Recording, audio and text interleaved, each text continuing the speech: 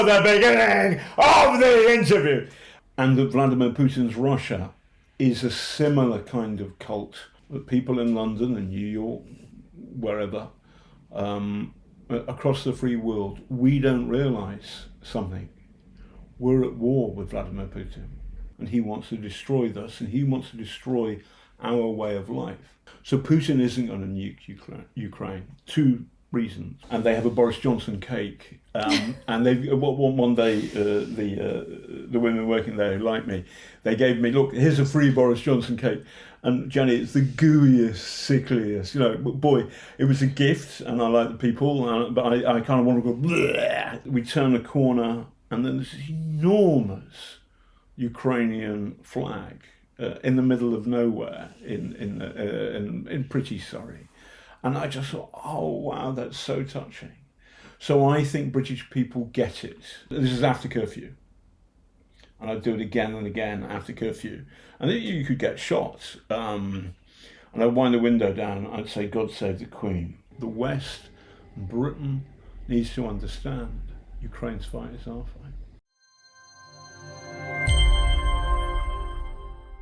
Hello, I'm Jenny Klochko and you are listening to my podcast. Today we talk to John Sweeney, the journalist, writer, podcaster, loudest man in Los Angeles, favorite professor of Vladimir Putin. Hello, John. Thank you for having me in your lovely living room with lots of books. And we're here in the very center of London, just across the river from the Big Ben. So how are you today? I'm good. When you refer to me being the loudest man in LA, you're referring to my row with the Church of Scientology. I think the moment changed your life. Do you think so? It's like now you celebrity writer, celebrity journalist. Thinking of that moment back then, would you agree? It's easy for you to say that, Jenny, but you are not there for the beginning of the interview. So look it up on YouTube, folks. What happened was that I did a panorama investigation about the Church of Scientology. By the way, Jenny, you look scared. You're not worried. Well, John, it's not often people speak to me like that. Well, why not? I don't really. Why not? What's wrong with them? Anyway, no. You're dressed in black. Are you a member of the Church of Scientology? No, I like black. But do they like black as well? The members of the Sea Org. Oh. But they don't drink, and you do. Oh yeah, I'm big drinker. You're not a big drinker, but you drink a little bit of alcohol. But yeah, so anyway, no, Scientology is a kind of madness. What's interesting about looking at them is, they say I'm psychotic. Well, they're probably right. But I say that they're a space alien cult, and they believe that 75 million years ago, a space alien, Satan, called Lord Xanu, brought space aliens to Earth and blew them up with hydrogen bombs inside volcanoes. And the souls of these dead space aliens have stuck to us and caused madness and inhumanity. I believe, by the way, that's a secret, and that costs you something like $1 million, or maybe 30 years of your life. And to tell that secret is to risk death, because it's such a big secret, it can blow your mind. I've been telling everybody I've met ever since 2007 this great secret, and I am living proof that the Church of Scientology is a load of bollocks. It sums up my role as a journalist. But what's interesting about Scientology, it's a cult, and that Vladimir Putin's Russia is a similar kind of cult. And in terms of way? Well, in terms of operation, in terms of the organising, the thinking behind it, it feels very similar. Now, the outcome is, Scientology doesn't go around killing hundreds of thousands, maybe millions of people. Well, the Russian state does. But what you've got is, you've got some kind of magical thinking, some kind of nonsense, which becomes a faith. Russia's idea of Ukraine is that they're Nazis. Zelensky, the president, is Jewish. I've spent most of my time there. I've left the paper now, but I was the Jewish Chronicles reporter in Kyiv. They phoned me up in the early days of the Battle of Kyiv, and they said, "Can you be our stringer?" And I said, "I'm not Jewish. I eat bacon sandwiches. I'm a bad Catholic. I was an altar boy." And yeah, we know. We don't care. And then there was a long pause, and then they said, "There's no one else." So that's how I got the job. Very flattering. But it amused me, if Putin and the Russians were saying that all the Ukraine's Nazis, it amused me to be the reporter of the Jewish Chronicle. And lo and behold, I got to meet Zelensky in a press conference in whatever it was, late March 22, down in the tube station where we're all afraid of Russian bombs, and the Ukrainians hadn't organised their air defence quite as well as it is now. And so it's a nonsense. So cults have some kind of magical thinking, some kind of crazy nonsense. Scientology tick, the Russian state under Putin tick. They have some kind of messiah. Originally L. Ron Hubbard, Scientology, these days David Miscavige. But he's some kind of messiah, can do no wrong. The Russians of Vladimir Putin. And the third test of a cult is, it does harm. Is Scientology a cult? Yes. Is Russia a cult under Putin? Oh yes. You have magical thinking, you have some kind of messiah, and it does harm. Now, it's a nation state and a state, a civilization with a great history behind it. And that makes thinking of it as a kind of cult more difficult. But I actually think that's an easier way of more quickly understanding the nature of what we're dealing with. It's a cult armed with nuclear weapons, which I don't think they're going to use. And it uses all the other weapons with a real ferocity. And it's a cult that seeks to dominate and overthrow. It seeks to control Ukraine, but also it seeks to belittle and destroy us, and the cleverest way of destroying us, the West, is by getting us to argue with ourselves, to fall out with ourselves in such an incendiary way that we end up defeating ourselves. And I every time I read a report on social media, you see all of these anonymous bots who will gang up on you at any moment. And again and again, the evidence is that they come from Russia. These are bot machines, again and again and again. So here's our problem, that people in London and New York, wherever, across the free world, we don't realise something. We're at war with Vladimir Putin. And how are we doing at this war? With this war we don't know we're fighting. We're doing badly. Now, he's not using rockets and guns against us, but he is using the subtler means of war. Insidious disinformation, money, bribery, seduction, kompromat, misinformation, massively on social media, poisoning.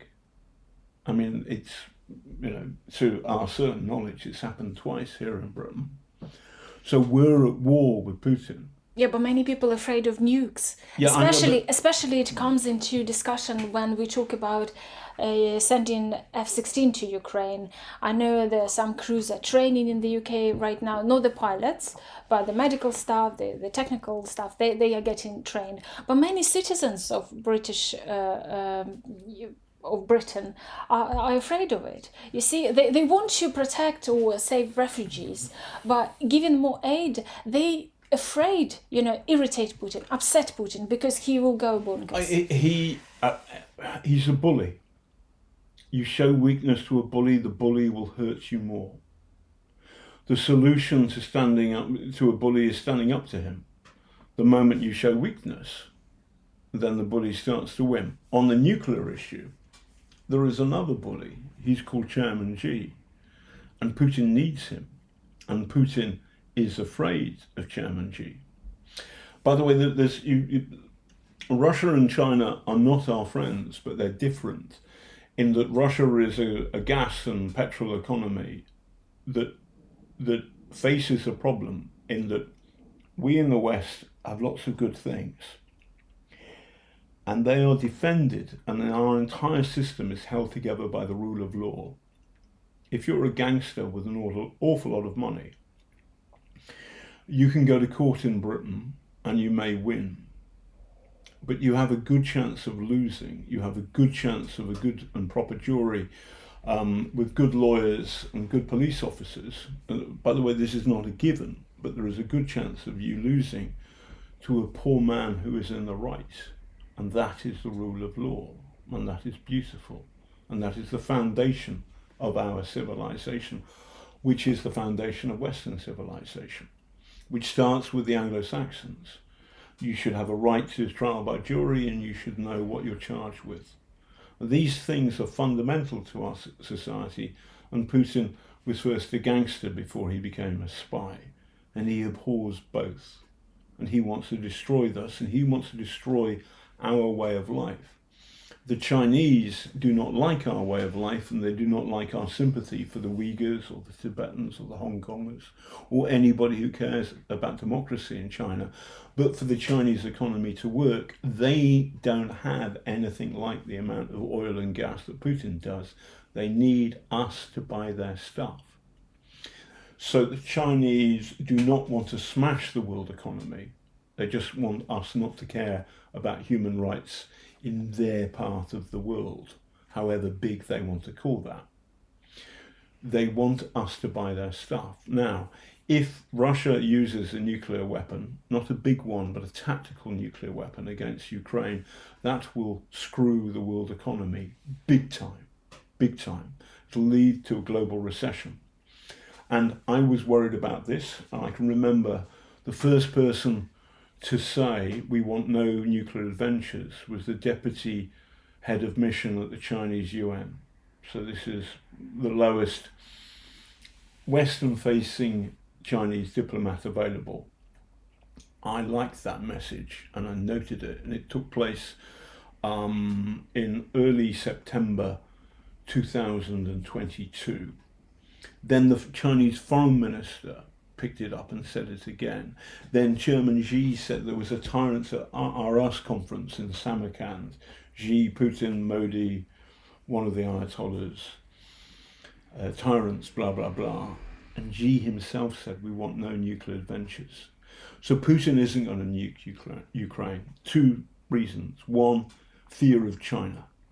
The Chinese are worried about the Chinese economy. Their vaccine was dreadful against COVID. They've overmaxed their credit card. They have terrible problem with drought. The other year, a tributary of the Yangtze ran dry. They have a terrible problem with the entire Chinese economy because Xi is locking up the Chinese oligarchs, which means it has a dampening effect across the whole of the Chinese economy. They're worried about it. They do not want a nuke. Secondly, Russia is next door to Ukraine. If Russia nukes, Kharkiv, Russia, Western Russia gets irradiated too. The same with Kherson. If he does that, the wind will blow and it'll trouble Rostov. So Putin is not going to use it. We're dealing with a bully. When a bully says, I'm going to put acid in your face, the solution is not to go, oh my God, the bully's going to put acid in my face. The solution is to call the police, and they should turn up well armed. We've got to arm ourselves, and we've got to stand up to the bully, or else the bully will get us too. You met him. Did you have an impression that he was a bully during your meeting? Weirdly, he came onto me a little bit. There's a picture I can share with you. He looks really effeminate at one point. So I think it's July 17th. It's the day when the Russians shoot down the Boeing MH17. That morning, the BBC had announced my redundancy. And I was feeling sorry for myself when I saw this terrible news. And I thought, get a grip, John, get a context. You're going to be okay. Then actually, although the BBC sent me lots of redundancy letters, I maybe it's a hobby. Yeah, or BBC getting John redundant.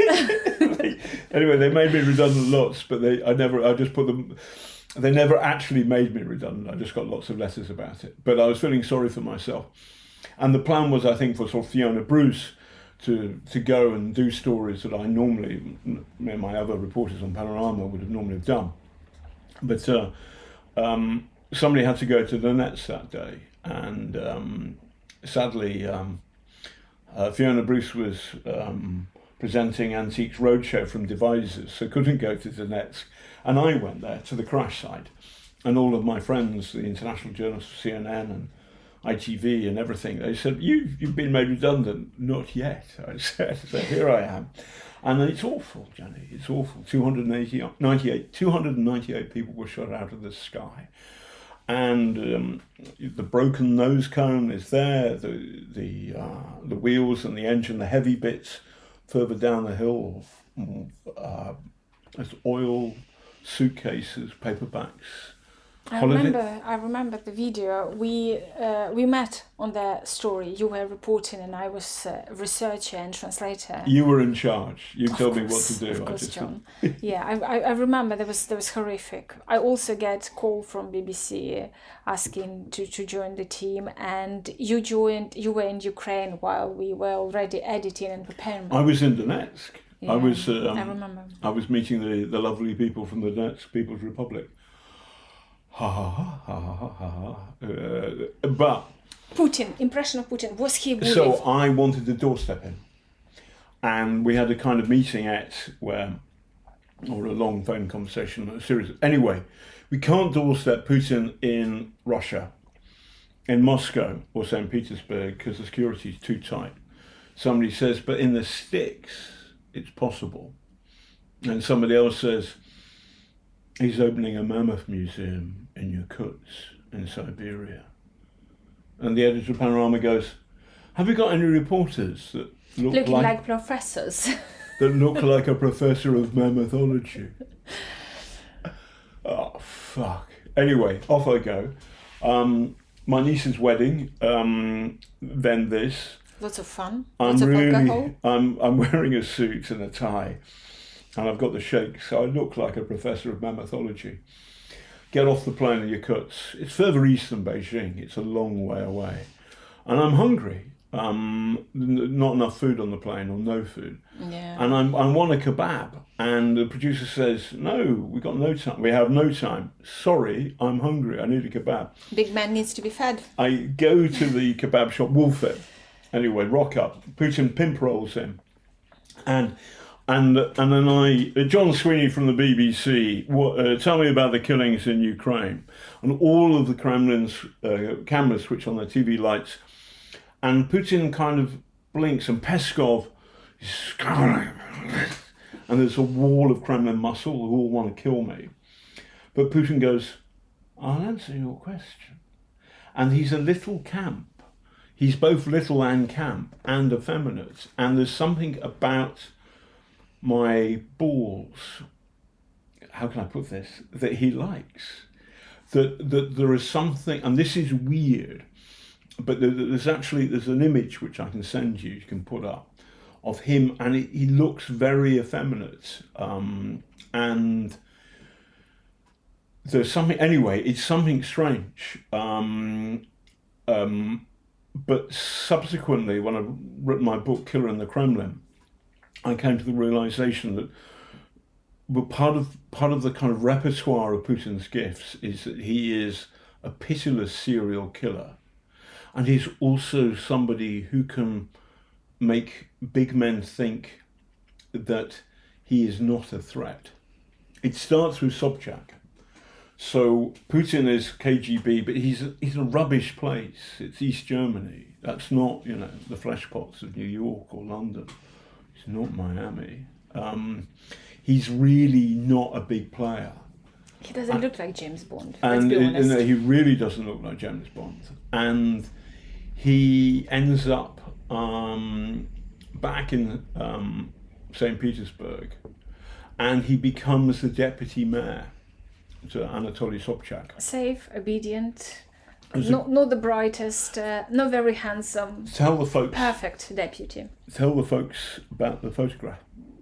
of Sobchak, and Putin. What is Putin holding? What's he carrying? Yeah, the bag of Sobchak. Yeah, it's famous photograph, and he looks like very. He looks like a cheap policeman. Sorry, I'm sorry for my English. He looks like a cheap secret policeman in a cheap secret policeman suit, carrying the boss's bag. And the funny thing when I met him was this, to begin with at least, a sense of I will kind of submit. I will kind of not stand up to you man to man. I will back down a little bit. And so he engaged with the question. And as he steadied himself, his kind of confidence grew, and he became more like him towards the end. But he also did this with Berezovsky. So Berezovsky was perhaps not the richest oligarch, but he was the most cunning and the most aggressive. And there's a moment when Yeltsin is clearly desperately in trouble, and the oligarchs need a new man in the Kremlin who's not going to fuck with them. And Berezovsky thinks of Putin. And Berezovsky gets Putin into the Kremlin. Well, that's what he claimed. I think it's true. He was saying all the way that I made you a president. He did. And there is a time when Putin plays this effeminate, I'm going to carry on carrying your bags. First Mr. Sobchak, and then thirdly with Yeltsin. For all this master plan, yes, because yes. it seems like it's not long run. It's not intellectual smart. It's streetwise smart. Remember, he was brought up dirt poor in St. Petersburg. Yeah. Dirt poor, and there's a story about him hunting rats. Oh, I didn't know. And there's a story. It's in my book, Killer in the Kremlin.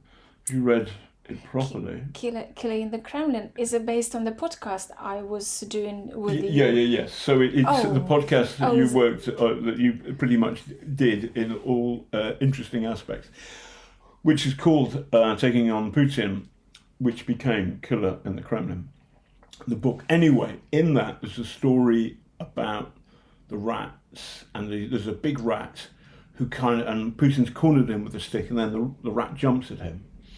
And so Putin's takeaway from this is, when you're about to get into a fight, you hit first, because otherwise you're going to be got. And by the way, this speaks to a horrible insecurity. But the other thing about rats, Jenny, is that you don't kill rats with sticks.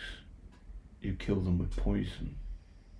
And Vladimir Putin likes poisoning people, which is not how a big man fights another big man.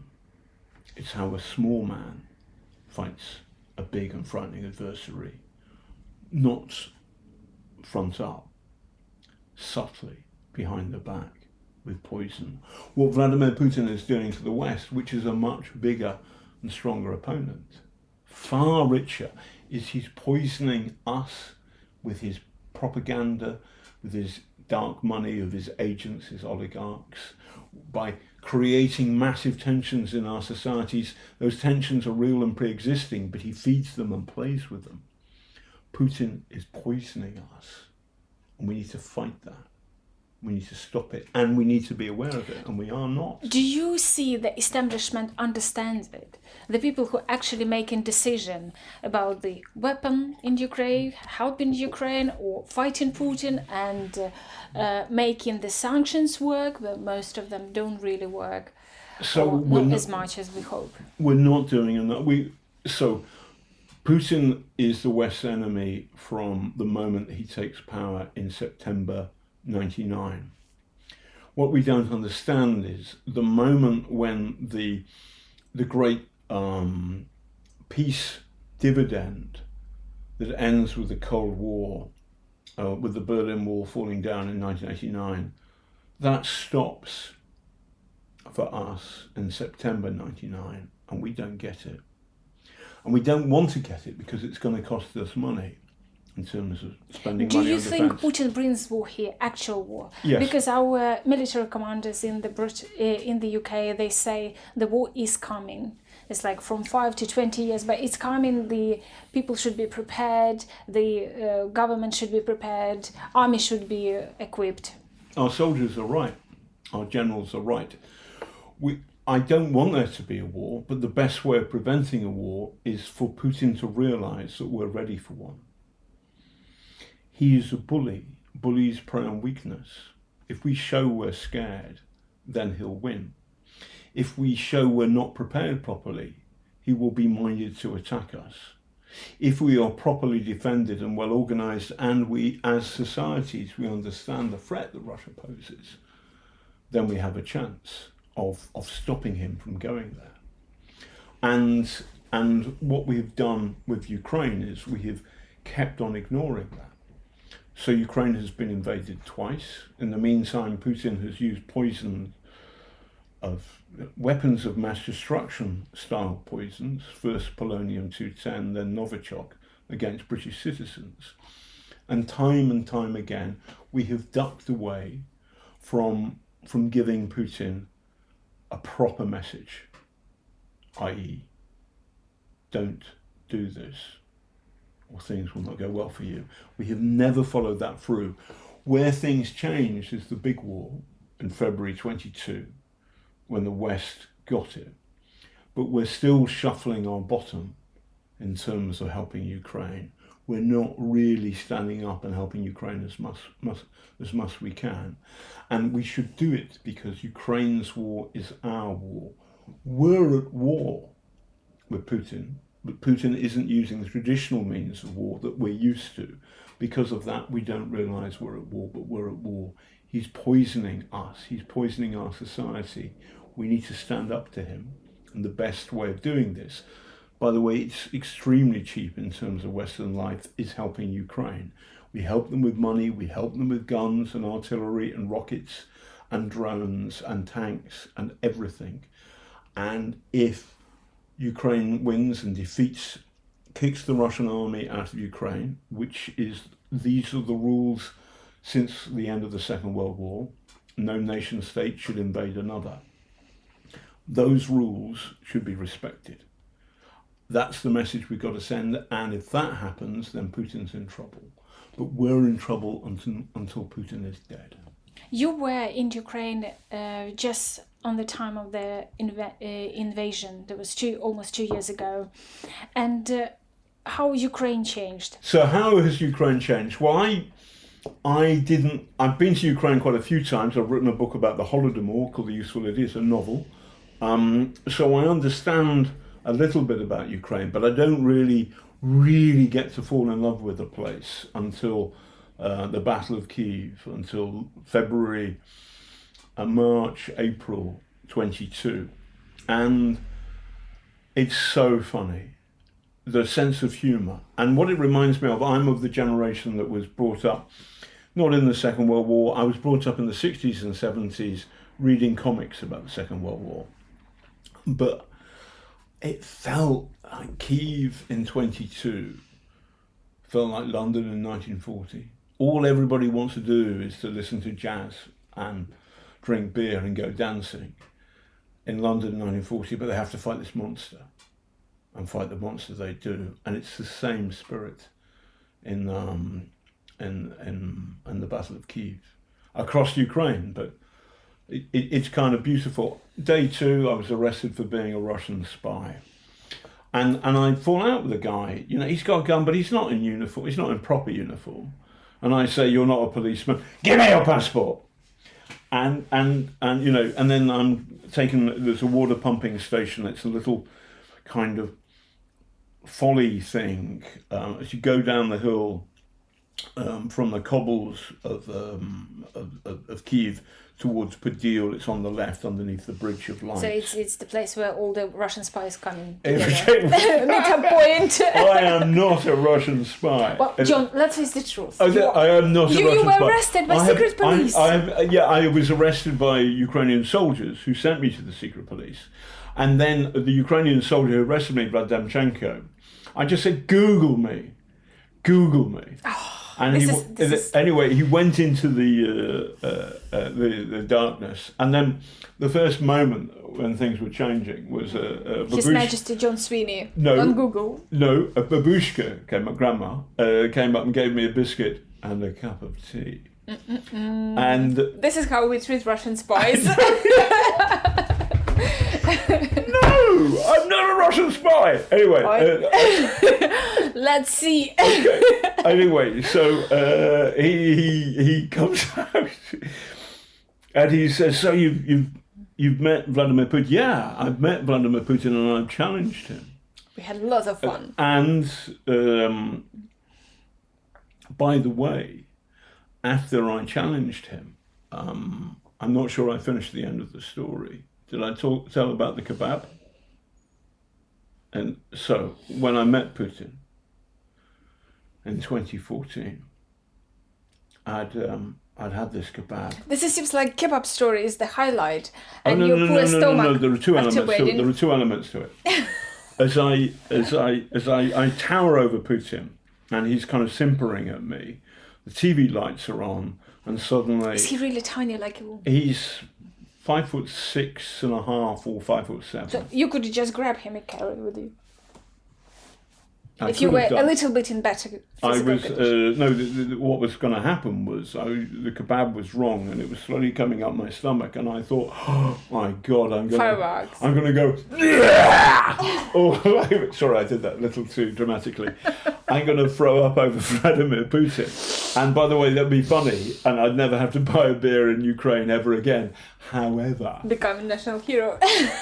I would be dead. Also, the BBC wouldn't like it. You threw up over the president of Russia. You would make the history. What a great way to go, though. I'm the man who didn't throw up over Vladimir Putin. A few hours later, Putin was meeting some Chinese deputy prime minister. They were play acting and opening a pipeline, even though there were two drill heads that were meeting each other, but actually there was no pipeline because they haven't got round to doing that. Still not, in a very funny way. But I don't care. I've got my doorstep of Putin in the bag. I don't care. I'm walking towards it, and this guy goes, and I collapse.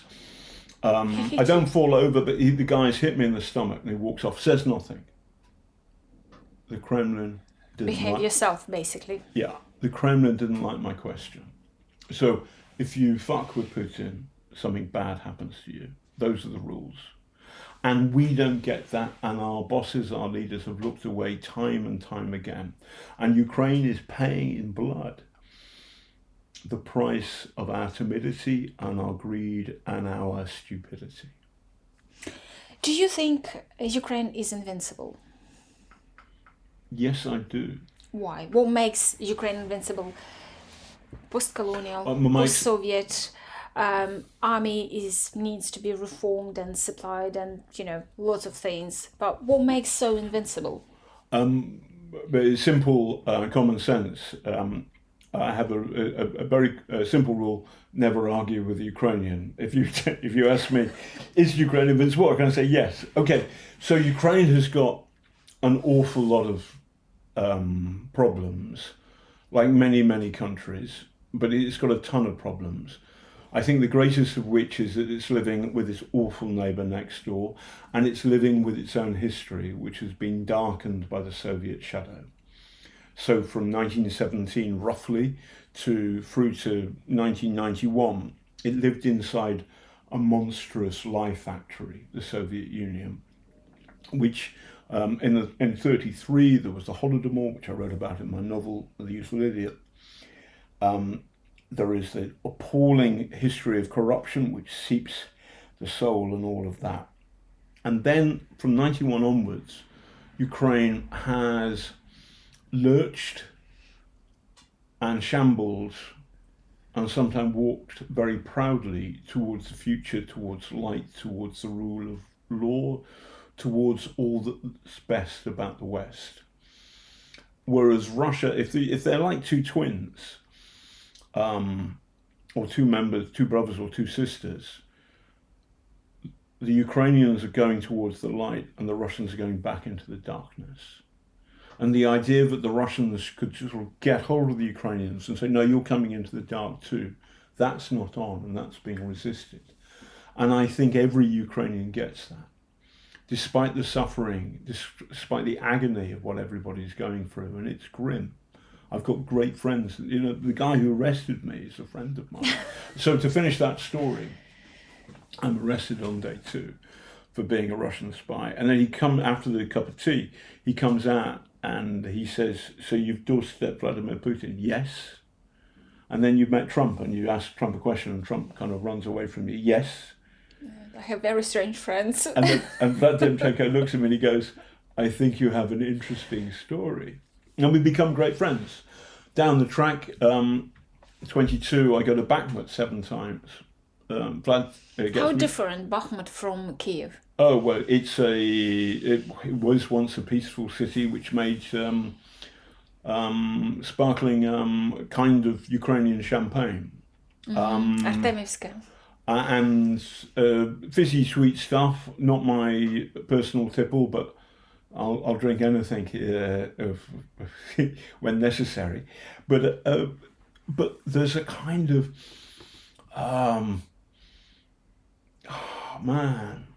it's like an abattoir.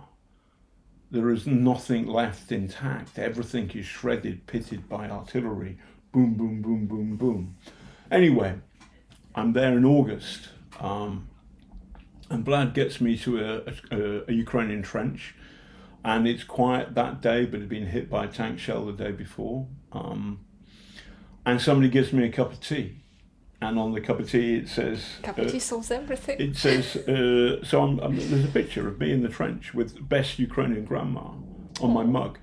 And Vlad says, by the way, John, the tea you're drinking, it says, the cup, it says best Ukrainian grandma. And Chris Okachony, who's a very funny and very good American New Yorker photographer, and he's taking pictures, and he says, hey, John, you can be a grandma if you want to be. That's why Ukraine is fighting this war. And we start giggling.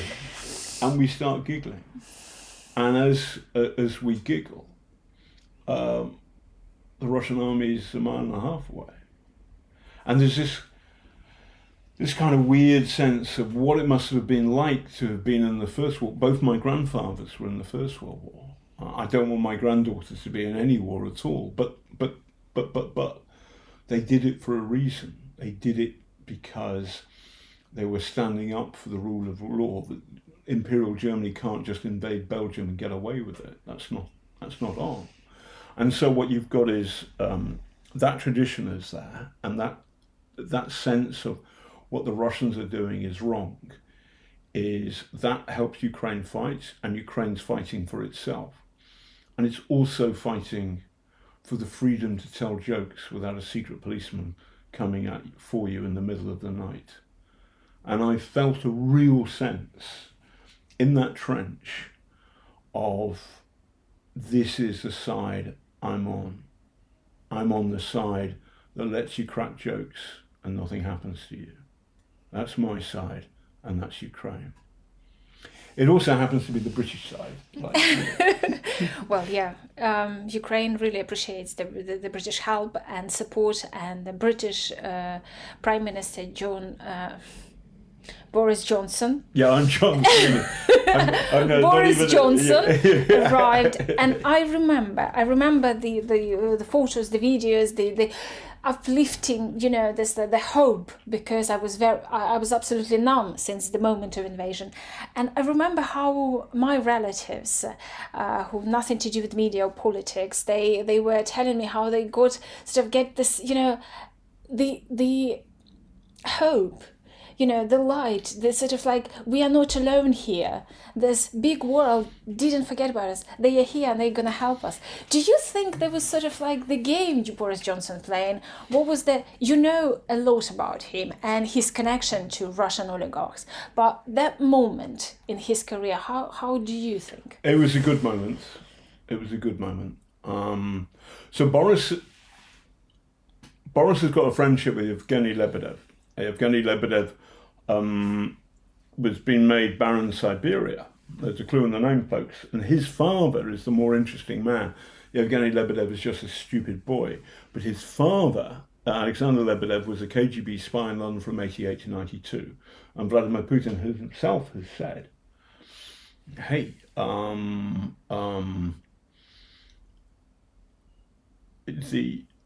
you cannot retire, walk away from the Russian Secret Service.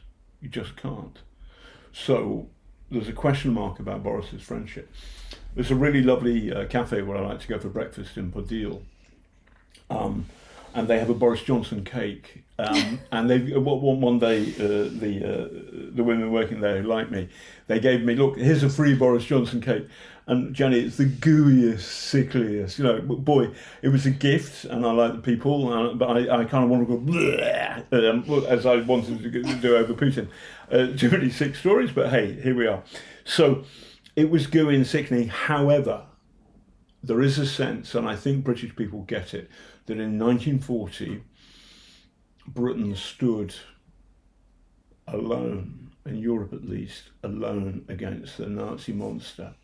And in 2022, Ukraine was standing alone against the Russian monster. And then the Brits turned up, and Boris turned up, and it was a good moment. And I feel proud. I came back this summer. I got a little canoe. My son, my granddaughter, and I were canoeing along the River Wey in Surrey, and then we turn a corner, and then there's this enormous Ukrainian flag in the middle of nowhere in pretty Surrey, and I just thought, oh wow, that's so touching. So I think British people get it, and I think Boris was feeding off that energy rather than being a wonderful human being. But that energy is real and true, and it makes me proud to be British. There's tons of funny stories about hanging around in Ukraine. So there was a time I'd go through checkpoints, and I would just wind the window down. This is after curfew. And I'd do it again and again after curfew. And then you could get shot. And I'd wind the window down, and I'd say, God save the Queen. and the guys would go, oh, okay. And then about the fourth checkpoint, the taxi driver actually wound the window down and said in Sobchak, which is this mixture of Ukrainian and Russian, which a lot of people speak. Yeah. Because it hits both languages in one go, as it were. And the guy just winds the window down and says in Sobchak, God save the Queen. and so there's this kind of tremendous sense of fun and style. And then you've got the tyranny, where if you crack a joke against Vladimir Putin, you may die. If the wrong person hears it, they send you, they explore your mind, whatever. So you don't joke, you don't say what you think. Well, that isn't our world. And I understand completely why Ukraine wants to be part of the West. And actually, in a funny way, Ukraine understands democracy and free speech better than we do now, because they're fighting for it, and we've forgotten what it means. We assume we've got it without the fight. No. You've got to fight for this stuff. Democracy does not come free. We've really, really got to help Ukraine. We've got to police the sanctions. We've got to send lots of stuff. We've also got to arm ourselves. I do not want to spend money on defence ordinarily, because there are so many other things the government should spend it on, the British government should spend it on. But right now, to stop a third world war, Putin needs to see that we are strong and well defended, and we understand the threat from him. And at the moment, we're none of those things. So for a safer future, we need to spend money now. And for a safer future, we need to understand the threat that he poses, and the threat of the Russian oligarchs. The threat from the poisoner in the Kremlin is real. He's poisoning our societies against each other. We need to stand up to him. Ukraine's war is our war. We need to get that. And that's why I'm doing this. That's why I write these books, The Useful Idiot, Putin's Prisoner, Killer in the Kremlin. That's why I'm going back to Ukraine, because the West and Britain needs to understand Ukraine's fight is our fight. Well, we feel very hopeful. I'm speaking as Ukrainian. The counter-offensive in spring, which everyone talks about and expects, are going to be more optimistic than... and many occupied territory is going to be freed, because we have our people there, we have our children there, and atrocities Russian committing, they are just unbelievable. So Putin's prisoners, this book I've written with Aidan Aslin, he was a British chap who fought with the Ukrainian army in Mariupol, was captured, handed over to the Quislings. These are Ukrainians who fight with Russia, and they tortured him. This is a Russian operation under Russian command, but he was tortured by the Russian proxies. And what happened was awful. Sentenced to death. He felt about killing himself. And remember, he has the protection of a British passport, and eventually the authorities trade him for a Ukrainian the Russians wanted back. But this is just a scratching of the torture of the inhumanity. So I want to say to the West's useful idiots, people like Putin, people like Tucker Carlson, what the fuck are you doing? I mean, but this is cult-like. This is the magic reality of a cult. Magic reality, some kind of messiah, and does it do harm? Russia is the Church of Scientology with nuclear weapons and poison. Yeah.